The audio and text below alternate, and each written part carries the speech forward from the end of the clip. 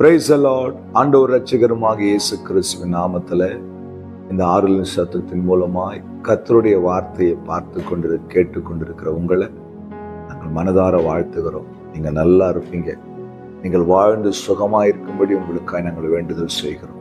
பிரியமானவர்களே, என் வாழ்க்கையில ஒரு ஜெயம் தேவை. நான் எந்த காரியத்தை எடுத்தாலும் தோற்று போகிறேன். ஒரு வியாபாரம் தொடங்கலான்னு பார்க்கிறேன், இல்லை வியாபாரத்தை தொடங்கினா அதுல ஒரு நஷ்டம். படிப்பின் காரியத்துல போனா அதுல ஒரு தோல்வி. குடும்பத்தை ஒரு சக்சஸ்ஃபுல்லா நடத்த முடியல. என் வேலை ஸ்தலத்துல போனா அங்க ஒரு தோல்வி. இப்படி தொடர்ந்து தேவ கரத்திலிருந்து ஜெயத்தை பெற்றுக்கொள்ள முடியாதபடி தொடர்ந்து தோல்விகளை பார்த்து கொண்டிருக்கிறோம். எங்களுக்கு ஒரு ஜெயம் வராதா, எங்களுக்கு ஒரு சக்சஸ் வராதான்னு நீங்க எதிர்பார்க்குறீங்கல்ல. இன்றைக்கு ஆவியானவர் உங்களோடு கூட பேச போகிறார். ஒரு வசனத்தை வாசித்து நம்ம ஜெபிக்கலாமா? தானியேல் 6ஆம் அதிகாரம் 28ஆம் வசனத்துடைய கடைசி பகுதியில வாசிக்கிறேன். தானியேலின் காரியம் ஜெயமா இருந்தது. எந்த ராஜா ஆட்சிக்கு வந்தாலும் தானியேலின் காரியம் மட்டும் ஜெயமா இருந்தது. எப்படிங்க இது? தானியேலின் காரியம் எப்படி ஜெயமாயிற்று? அதே 6ஆம் அதிகாரம் 10ஆம் வசனத்துல வாசிக்கிறோம். தினமும் 3 வேளையும் முழங்கால் படியிட்டு ஜெபித்து கர்த்தரை துதிக்கிற ஒரு மனிதனாய் தானியேல் காணப்பட்டார். நீங்க எப்படி இருக்கிறீங்க? உங்க வாழ்க்கையில ஒரு ஜெயம் வரணும்னா தேவ சமூகத்திலே உங்கள் முழங்கால்கள் முடக்கப்படணும். அவரை நோக்கி ஜெபிக்கிற ஜெப வீரர்களாய் நீங்க மாறணும்.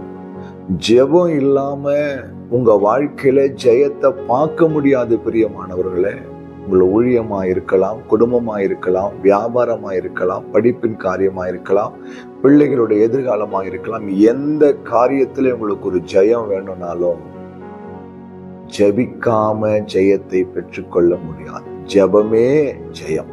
வாயில சொல்றோம், செயல்முறையில செய்யறோமா? இன்றைக்கு உங்களுக்கு ஒரு ஜெயம் வேணும்னா தானியேலை போல முழங்கால் படியிடுங்க. தேவ சமூகத்துல ஜெபிக்கிற ஜெப வீரர்களாய் மாறுங்க. உலகத்தின் காரியத்துக்கு எவ்வளவு நேரம் செலவு பண்றோம்? வீண் கதைகளை பேசுவதற்கு எவ்வளவு நேரம் செலவு பண்றோம்? டிவிக்கு முன்னாடி எவ்வளவு நேரம் செலவு பண்றோம்? உலகத்தை சுற்றி பார்க்கறதுக்கு எவ்வளவு நேரம் செலவு பண்றோம்? தேவ பிள்ளைய, நீ ஆண்டவருக்கு செலவு பண்ணுகிற, ஆண்டவரோடு கூட செலவு பண்ணுகிற ஒவ்வொரு வினாடிக்கும் உன் வாழ்க்கை ஜெயமாய் மாறும். ஒரு ஆமென் சொல்லுங்களேன். இன்னைக்கு கர்த்தர் உங்கள் வாழ்க்கையை, தானியேலின் காரியம் எல்லார் மத்தியிலும் ஒரு ஜெயத்தோடு இருந்ததுன்னா அதற்கு முதல் காரணம் முழங்கால் படியிட்டு 3 வேளையும் ஜெபிக்கிற ஒரு தேவ மனிதனாய் இருந்தால்.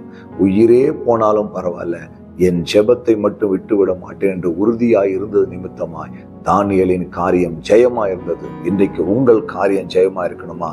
முழங்கால் படியிடுங்க, கர்த்தரை நோக்கி பாருங்க. இன்றைக்கு ஜெயம் கர்த்தர் சமூகத்தில் உங்களுக்கு புறப்பட்டு வரும். குதிரை யுத்த நாளுக்கு ஆயத்தப்படும், ஜெயமோ கர்த்தரால் மட்டும் வரும். கர்த்தர் உங்களுக்கு ஜெயம் தருவார். கண்களை மூடுங்க. அன்பும் இரக்கமுள்ள ஆண்டவரே, இந்த வார்த்தைக்காய் ஸ்தோத்திரம்.